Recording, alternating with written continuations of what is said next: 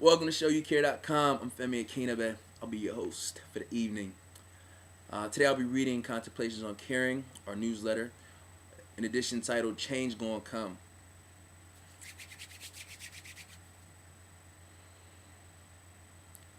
This Saturday, I spent most of the day sitting on the ground in a small, dark, crowded, extremely hot space.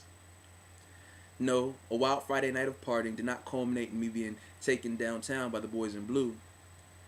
Instead, I had the fortunate opportunity of being able to take part in a sweat lodge in the Lakota tradition. Depending on who you ask, either today or one of the past 3 days was the first day of fall. And as nature gives us this natural marker to mark change, I decided to celebrate such change by sweating.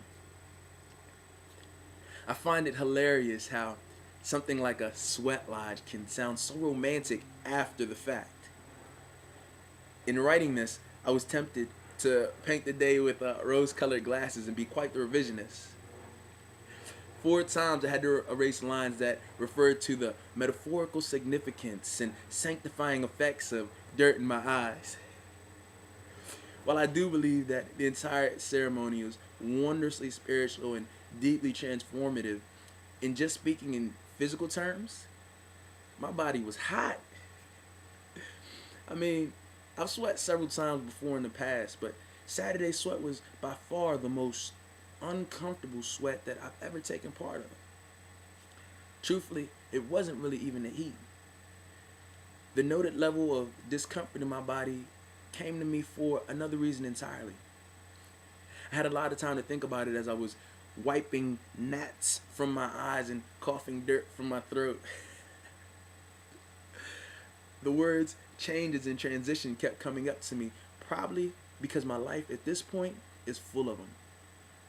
My thoughts are evolving, new relationships are forming, old relationships are realigning, and Sabe, my old school Honda Accord, is telling me that he's getting tired and he needs a replacement.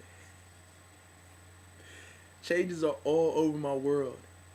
And what's interesting is that lately as I'm observing them, I find myself more comfortable holding on to the status quo. In contemplating what is and what may be, I've seen how I've resisted changes even when it comes to changing things that don't work in my life or things that are just bad for me. I've resisted changes in order to maintain whatever level of stability that I felt was necessary at the time. The image that kept coming up to me was that of a lone red leaf in the late fall, as all of his horticultural brethren had made their transitions and allowed themselves to fall from their tree. This lone red leaf hangs on desperately to the tree that it's known for so long.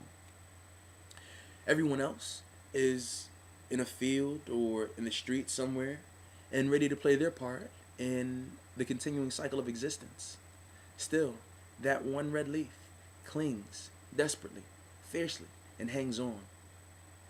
Maybe, he'll be able to hang on long enough and be strong enough to hold on and so that nature won't have him follow the same course as everyone else. Maybe, but probably not. The interesting part is that as much as that leaf fears the inevitable changes, that leaf, you, myself, and everyone we know have the potential to always, in every situation, be better off after the change than we were before the change. The key is simply to allow ourselves to flow into the change and allow ourselves to accept the change. Now, true, we will have to at times work on our perspective on how certain events are transpiring in our lives. That's just a fact of this game we call life. Sometimes we got to change our mind on things. But if we allow ourselves to accept the change, get the support we need from friends and family around us, and go with the flow and live with the knowing that we will be okay, then we will be okay. What changes are occurring in your life this season? How are you meeting these changes? Are you flowing with them or resisting them?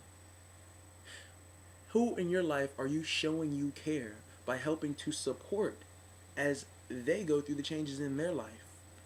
Who are you leaning on for the support in your life through your life's transitions? As with most things in life, we can choose our perspective to like them or not to like them.